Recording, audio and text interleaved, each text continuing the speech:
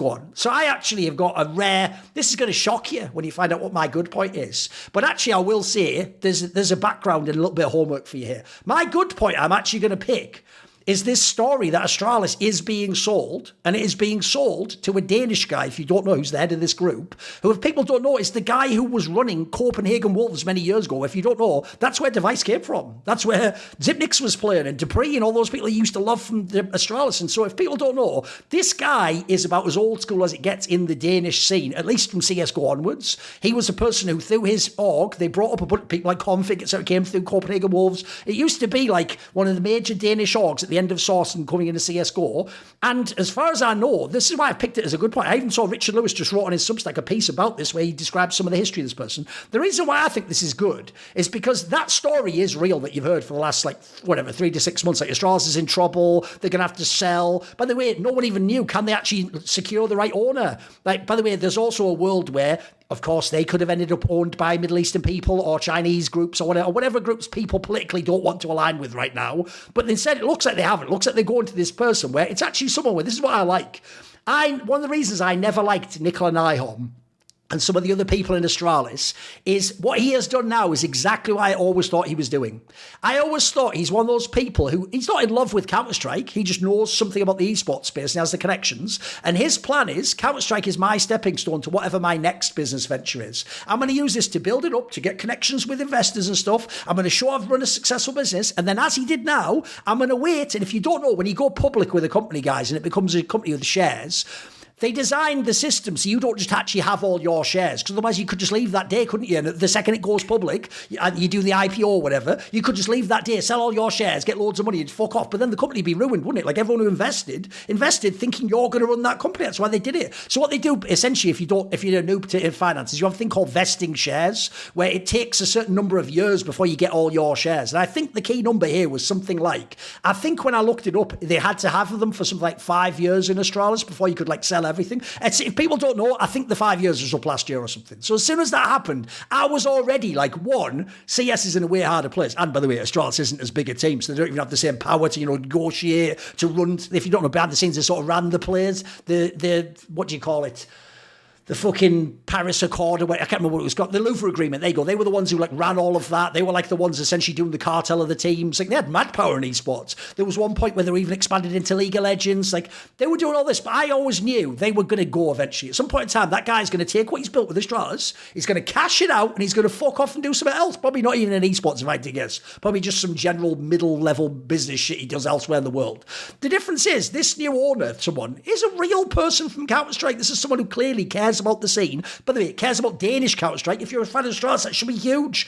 Astralis right now, if you haven't thought about it, if you're a fan, they are right on the line where if they can't make this roster and maybe one player change work, eventually you're just going to have to make it not Danish anymore. And that's just going to be the end of what you think of as Astralis. They're one of the last teams left that out of choice remains all national. Mongols don't have a choice. They have to have people who can speak Mongolian. Certain teams in Eastern Europe only want people who can speak Russian, etc. Astralis is a team where I think they're this close. If it doesn't work out, to just doing a Fury and just going, fuck it. We're not just only from this country. Look, we'll keep 3 players, but we're just going to take in probably the same thing. You get, in their case, maybe not the AWPA, but you get some shit hot CIS kid. You get some random kid from Middle Europe who plays for OG, and then this, that, the other. You've got a team, haven't you? I think at the moment, people do want that to maintain as a Danish team. They want the Launders racism angle of at least there's some national theme. I also do think as well, how fucking whack would it be for CS2 that when you tell a kid now who just started watching, Astralis was the greatest org of all time, and then they had this amazing and then they'd go, what? Well, there is no Astralis, and also there's no Danish. What are you talking about? That's what CS. I think it'd be shit if there was no connection to history. So I like the idea. I still think this Astralis core.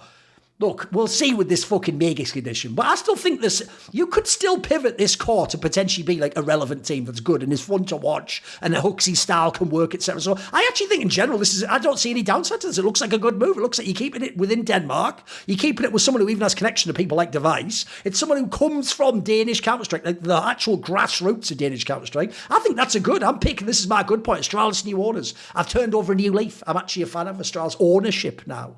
Who knew? What do you think, Tea Time?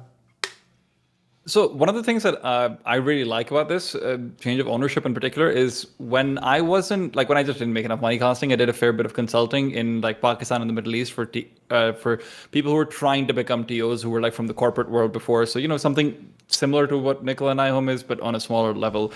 What I hate is that every single time these guys are getting in, they're just like, oh, but like because of the assumption of eternal growth, they're just like, oh, hey, we can also like add in this vertical and that vertical. And from what I understand, I think Astralis did do some of that. Now, I've never been to Denmark for more than half a day or something, so I don't know about this that much. But from what someone told me that they had like this gaming sphere or something that was really like massive prime real estate in the middle of Copenhagen, which is already a very expensive city. And they're doing all of these things like, oh, you can have like an academy and like, oh, there's a boot camp that no one's using because obviously who the hell is going to boot camp in Denmark, right? Unless there's an event in Denmark, and all these extra costs that were just being added on because they had the money. And it's like, oh, eternal growth means we have to make a new vertical while we have this money. There's no saving for a rainy day with corporate people because they're just used to having to satisfy someone above. Yes. And the issue that makes is that if your CEO is always looking for eternal growth, the middle management who are making the real decisions on the ground,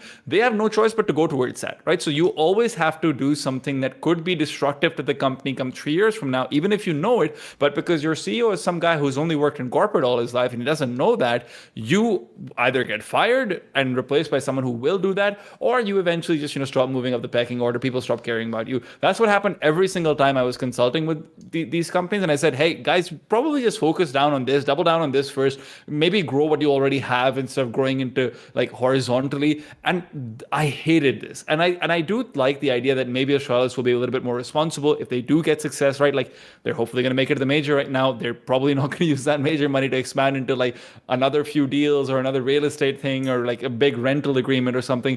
So that's one of the things I'm really looking forward to as an Astralis that can actually run potentially. That'd be pretty cool. Like we could have like a big boy end situation coming out of this.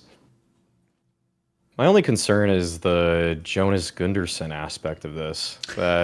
With him being brought in, also, I can see why you're positive about the other guy, but Jonas Gunderson was there at NIP from 2020 to 2024, and that is the infamous "your time doesn't count" era of NIP. With the exception of the device pickup, I don't think there was really a single positive aspect when looking at the body of work of NIP at that time. Sure. I mean, but they didn't even... Here's the problem. The problem is this, Maui, right? It's like, I might one day do a video just on that guy, because believe it or not, it's like, it would be the ultimate ugly topic, actually. Because essentially, if you ever look without looking at what the roster is, mate, he had an amazing run of rosters, but like he signed Alexi B, Device, he had Brolat, mate, he had some fucking bangers. The problem is not all at the same time.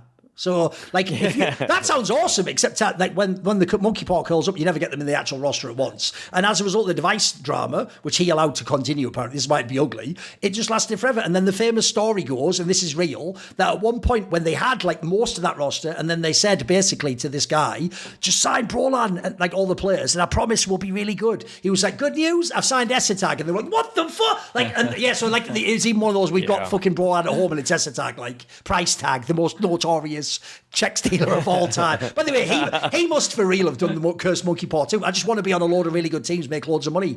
You'll never be a top player or any good, right? Oh, fuck, ruin my whole career. No, it's true though. Yeah, look, I skipped over that part because listen, it's the good point, Maui. I can't shade in some negativity. I just have to hope that works. But I'm with you. He is the main architect of what people don't like about an IP. True.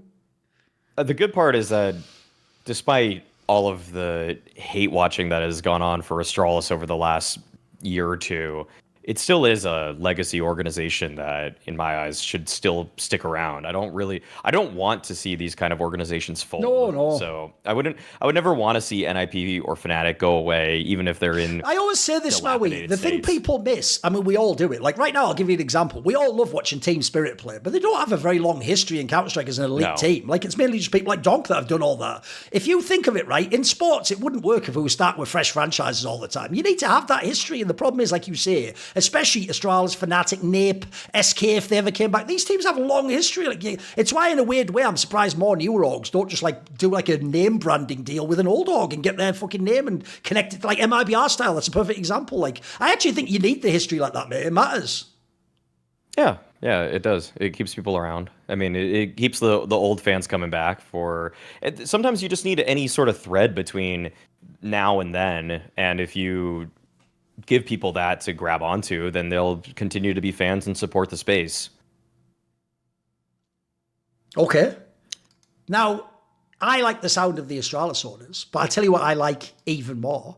And that is obviously these wonderful Raycon headphones, isn't it? Earphones, well, earbuds, there you go. They are literally called earbuds because it says they're everyday earbuds classic. By the way, Great box.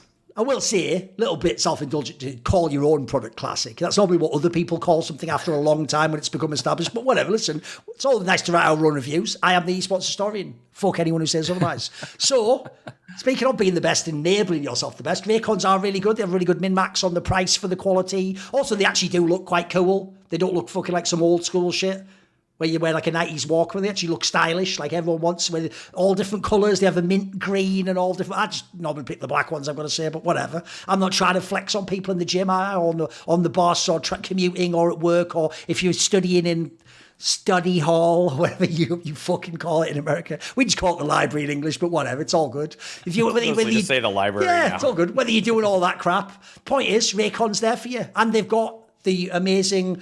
Not what do you call it? Active noise cancellation, which is obviously a feature a lot of people want with headphones, headsets. They've got also on this one multi-point connectivity, so you can actually connect and pair with two devices at the same time, which is obviously awesome. And they have the ergonomic fit to them.